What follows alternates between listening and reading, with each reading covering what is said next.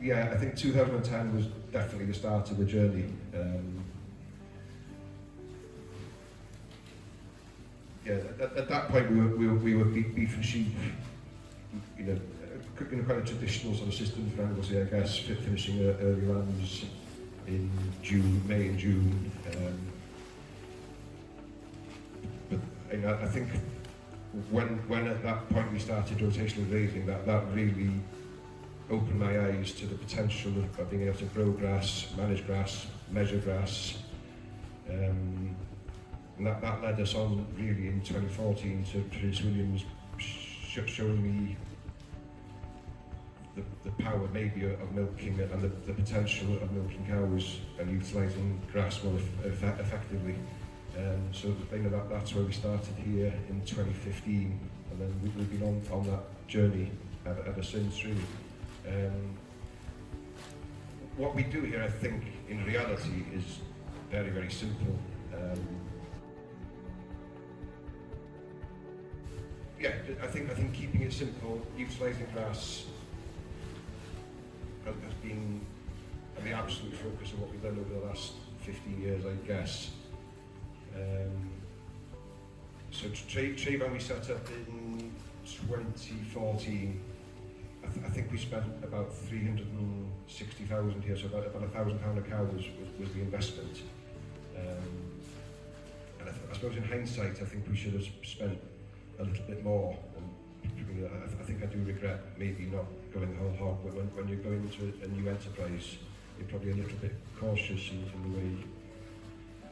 the way you go about it. You know, I think in the subsequent conversions we've probably gone to town a little bit more, and the infrastructure has been better, and I think that does reward itself really.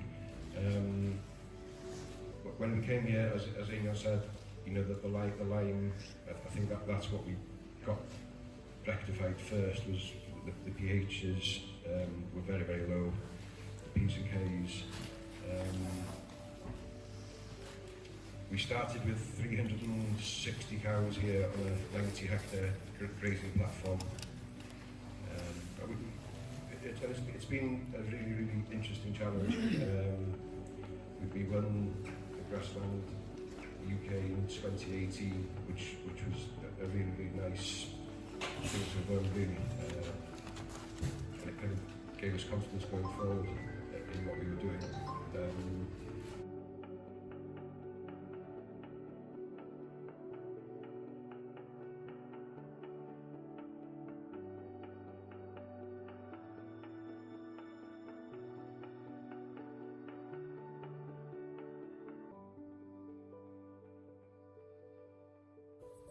You're doing about 4,002, 4,004 off grass, but just into June,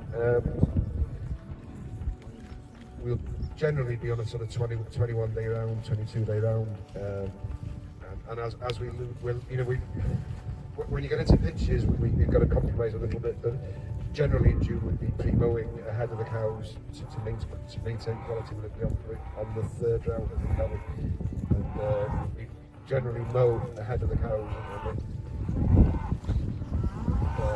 and that works really, really well just to get the quality back into the sward.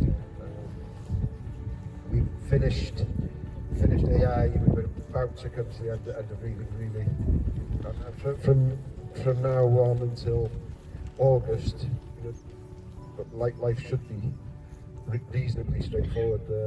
You know, in this system, I suppose February, March, April, May are really the key months, and you know, they set up the year, and then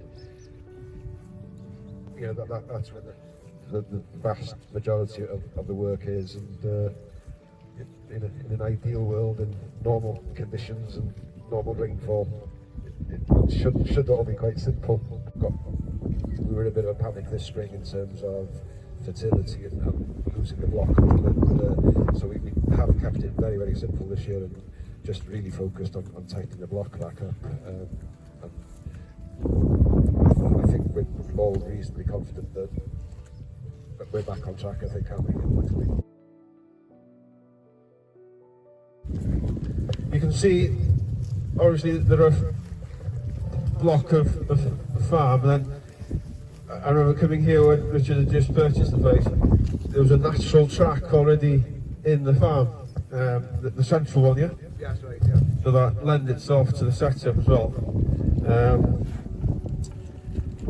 I think before we head back to the yard, yeah. Yeah, just to follow on from Ingham, I don't think I see where the telegraph pole is in the field over there, but we'd probably taken 30,000 ton of stone out there.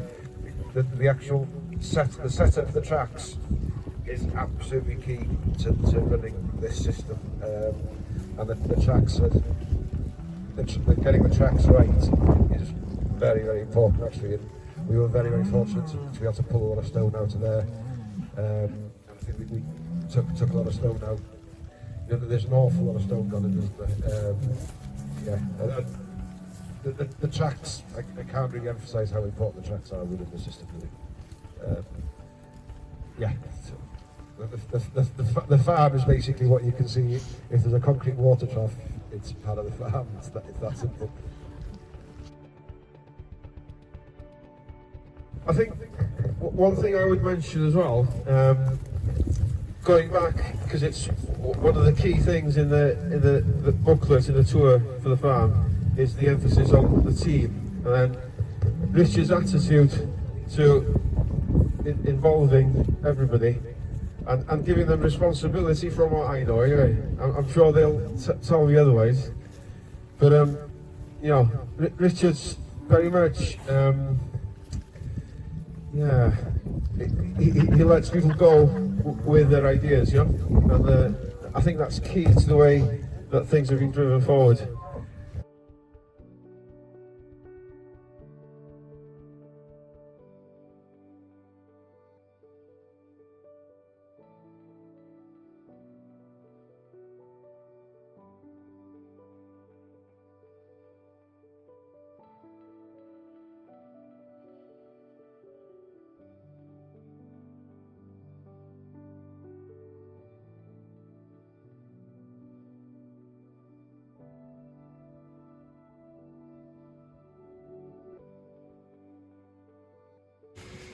So my role in AHDB is in the environment team, starting off really with farm infrastructure and anything that's built on a dairy farm. Of course that includes slurry storage, manure storage, and that extends then into environmental regulation and how we need to cope with that and manage the farm accordingly. So some years ago, AHDV developed the Slurry Wizard, which is a freely available downloadable tool from the website which enables the user to calculate volumes of slurry production and help with compliance with environmental regulation. So how many of you have heard of the Slurry Wizard? Almost half. That's not so bad. It's not so bad. How many of you used it? Significantly fewer. Well, now we're going to have a little bit of a workshop. So we'll just have a quick run through of what it does, what you need to do to use it. Quite a simple thing. So you go to the website, on the AHDB website, download it, stick it on your laptop or whatever, and enter a few key bits of information about your farm. Number of animals in your herd. You want to know how many cows you got. The size of the farm and the telephone dialing code, your standard telephone dialing code. Next, you need to enter what slurry storage you have currently at the time, either earth bank stores or fixed ones, rectangular, circular. Dimensions of all those get added in there. That calculates what storage you've got in a moment. Then you need to answer questions about whether you've got slurry separator, what happens to all your dirty water, whether that goes into the slurry store, parlour washing, does that go into the slurry store, yard water, etc. And other areas of uncovered yard, silage clamps notably. So all that information gets put in there to create an area which has to be collected. The rainfall from it has to be collected. And then we need a bit more detail about the farm animals. So we've got, on this farm, we've got on this example farm, we've got 200 cows, and this area here allows you to put in whether or not they're producing slurry or whether they're in a straw yard. All the classes of livestock are listed way down there, and it gives you total amount of slurry produced from livestock and total amount of nitrogen produced from livestock. It's a key thing. And then on the final page, which is the report page, you can enter in whether the animals are grazing or housed in each month of the year. All the contributions to the slurry store are all added up, and it tells you on the bottom line whether you've got enough storage. And on this example farm, it runs out of storage in December. Figures go red. He's not got enough storage to meet the 5-month requirement. But this is just a quick, fairly easy calculator tool that can help you comply with either the control and pollution regulations in Wales, or if I convert that into English, that's called NVZs, and I can demonstrate whether or not you're compliant with both the storage capacity and what is generally known as a 170 kilogram rule, which is basically a stocking rate rule.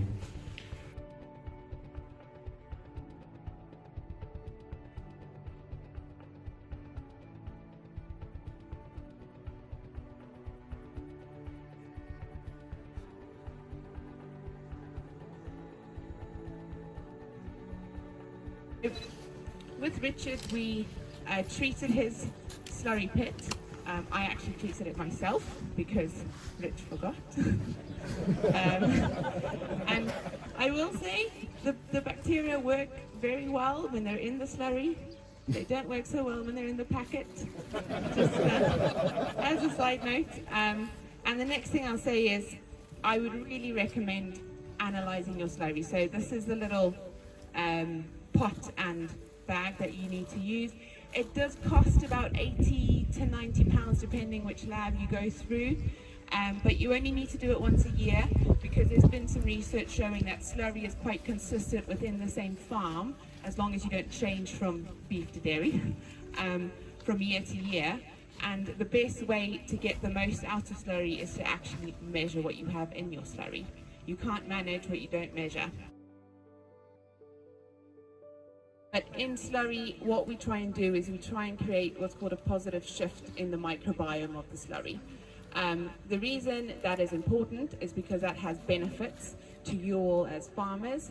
I'm all about conserving nutrients and fertilizing elements within the slurry and then making that slurry easier to handle. So how the product does that is you apply what we would almost call cornerstone positive microbes, and because slurry or animal waste is the most microbially dense substance in the world. I don't know if you wouldn't know this because it's only sad people like me that know these facts, but in a tablespoon of manure there are more microbes than there are people on earth. So what you're doing is the first thing, which is quite easy to understand, is you're promoting the growth of microbes that take nitrogen and put it into their cell walls. So they use the nitrogen to build protein for themselves. And that increases the organic nitrogen content in the slurry. But then the other part that the microbes do is called microacidification. And it's not to the extent where you acidify the slurry that it causes a problem to the soil, but what it does is by acidifying slurry slightly, you can increase the amount of what's called nitrate that is held within the slurry. And the easiest way to think about this is you can think about the slurry volume as a big pot, and the amount of nitrate ions are dependent on the size of the pot. And when the pot is full and the nitrate starts to spill over, it goes into ammonia gas. of the ammonium ions, pardon me, start to spill over, it goes into ammonium gas. Now what you're doing with the microacidification is you're increasing the size of the pot that can hold the ammonium ions. You increase the amount of ammonium that is dissolved in the slurry. So the slurry itself can hold the nitrogen. And then what we also do is we work on the fiber fraction within the slurry. So we have enzymes in the product that help to chew up the fiber and make the particles float throughout the slurry in a more homogeneous way. So you don't have a huge sediment and a huge crust at the top. It doesn't completely prevent that from happening. It's not that magical. I kind of wish it was, but it's not. Like you can see here, when it's really hot and dry, the top layer will dry out. But what I like to call it is sort of more of a cap on the slurry rather than a crust that the grass and trees and various other shrubs can grow in. So you'll often see, if you've treated your slurry pit, you'll still find a dry layer at the top, but you won't see so much green growth sprouting out of it.